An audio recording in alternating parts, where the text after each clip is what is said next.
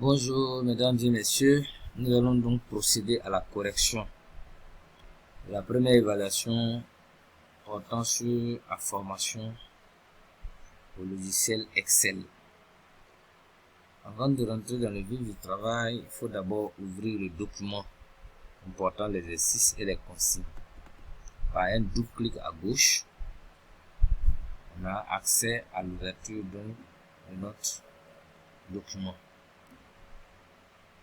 La première consigne demande à ce qu'on fasse la numérotation automatique de la liste des étudiants sur la première colonne. Nous revenons sur la base de données. Voilà notre première colonne qui est là. Donc, on va le faire de deux manières. La première méthode, on va écrire d'abord 1, ensuite 2.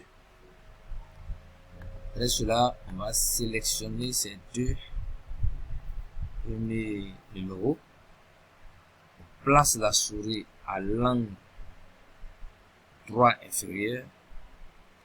Lorsqu'elle prend la forme d'une croix, on enfonce le bouton gauche de la souris et avec l'autre doigt, on fait glisser jusqu'à la fin des données.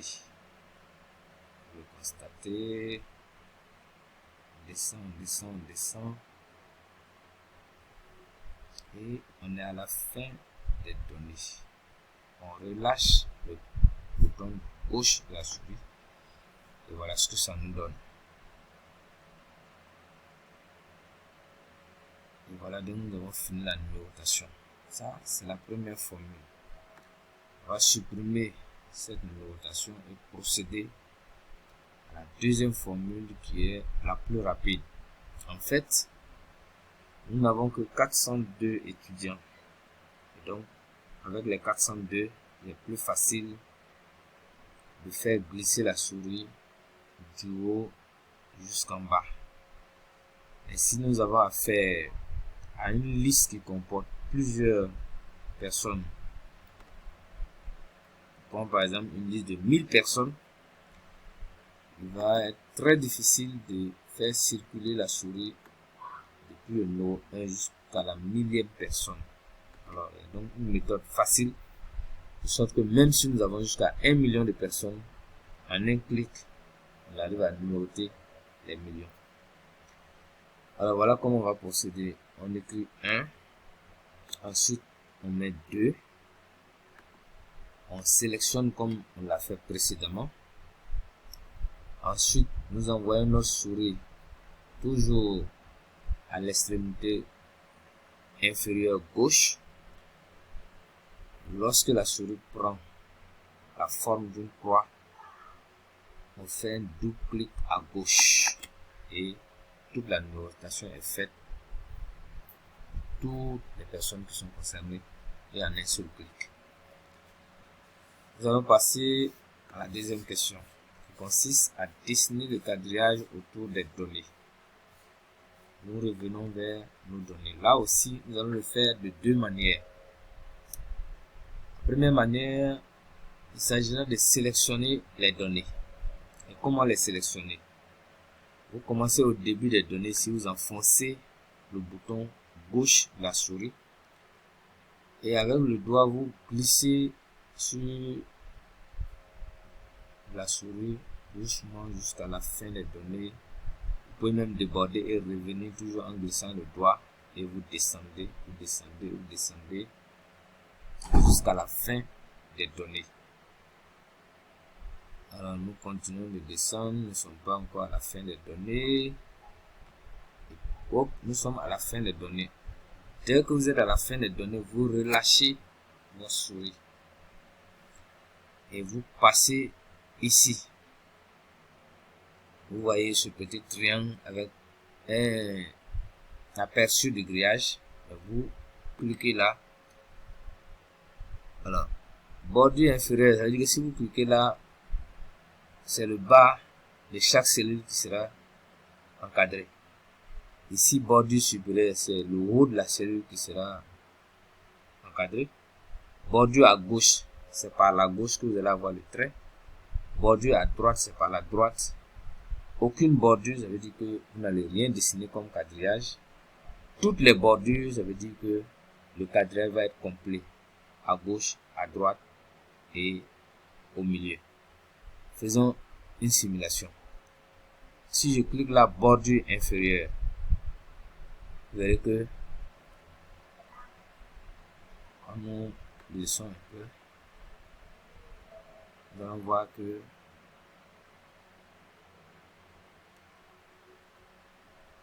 nous allons constater que aucune bordure ici n'a été soulignée. Et quand vous regardez en bas ici, la bordure inférieure de notre plage a été sélectionnée. Mais par contre, par le haut, il n'y a rien. Alors, nous revenons. Quand nous cliquons là, nous mettons bordure droite. Vous verrez que si nous venons là, à droite, voilà cette bordure qui est dessinée. Mais vous voyez que le reste du quadrillage ne figure pas.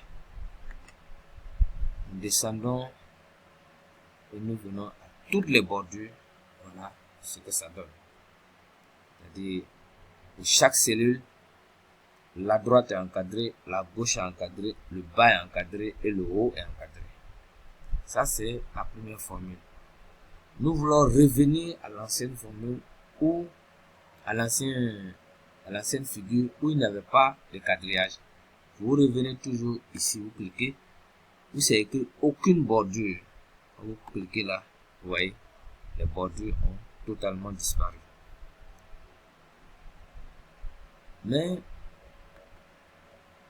on va voir comment sélectionner. Vous voyez par exemple, quand on devait sélectionner les données, on est obligé d'enfoncer la touche gauche, de faire glisser la souris jusqu'à la fin des données, de descendre, jusqu'à atteindre la totalité de la configuration des données. Alors, si nous avons affaire à une base de données très vaste, avec par exemple 1000 colonnes, 1 million de lignes, vous voyez que pour faire glisser la souris sur toutes ces données, ça va être un travail très pénible. Alors pour cela, il y a donc une méthode très simple pour sélectionner. Vous venez ici, ce petit carré qui est à l'extrême gauche de la feuille, vous faites un clic gauche et ça sélectionne toute la feuille. Donc, toutes les colonnes, toutes les cellules, partout où elles sont situées, sont d'emblée sélectionnées. Et vous venez là, vous cliquez, toutes les bordures, c'est terminé. Sur cette feuille, toutes les cellules ont été sélectionnées et ont été quadrillées. Nous passons maintenant à la troisième question. Calculer les moyennes des plages de cellules et mettre les résultats dans les colonnes dédiées aux moyennes. Alors, quand nous revenons sur nos bases de données,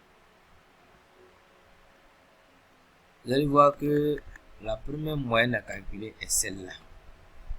Et la plage, c'est l'ensemble de ces cellules pour chaque étudiant qui constitue la plage pour laquelle il faut calculer les moyennes. Donc, nous nous mettons là où le résultat doit figurer. Nous partons sur la formule, la formule, on va dire sur la barre des formules. Et dans la barre des formules, on nous propose plusieurs formules. Il y a la formule de moyenne, des sommes, des liens, etc. Le maximum. Mais comme nous, c'est une moyenne qu'on veut, alors on garde la moyenne et on clique OK. Ce n'est pas terminé. Il faut indiquer les plages, sinon les cellules pour lesquelles nous voulons que la moyenne soit calculée. La première cellule, c'est celle-là. La deuxième cellule, nous venons ici. C'est écrit nombre 1. Donc, nombre 1, c'est là. C'est la cellule, la colonne D. et qui correspond à la ligne 2. Parce qu'on a une première ligne qui est là. C'est-à-dire ça, c'est la première ligne qui est là. Ensuite, voilà la deuxième ligne. Donc, D2, ça veut dire la colonne qui correspond de la colonne D, mais qui correspond à la deuxième ligne. Ensuite, nous passons à la deuxième colonne, mais qui correspond à la colonne E. Donc, on fait E2.